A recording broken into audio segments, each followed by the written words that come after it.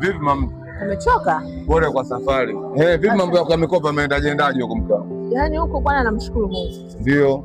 Mambo yameenda vizuri. Mkopo nimepata. Maana mama nyumba ametoka kunipigia simu hapa, nimeona usumbufu na kule kwenye kodi yenyewe kule imeisha.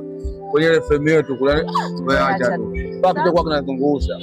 Sasa pale wana sharti moja mama. Hela wakupi cash. Wanakutumia kwenye simu. Tena nimekumbuka simu yangu mimi imezima chaji.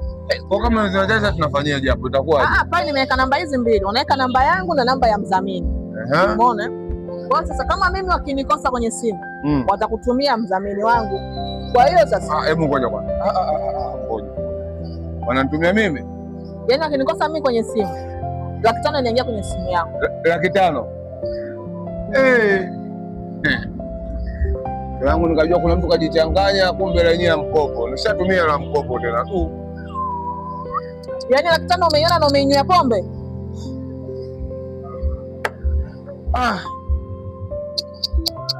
Talala nje.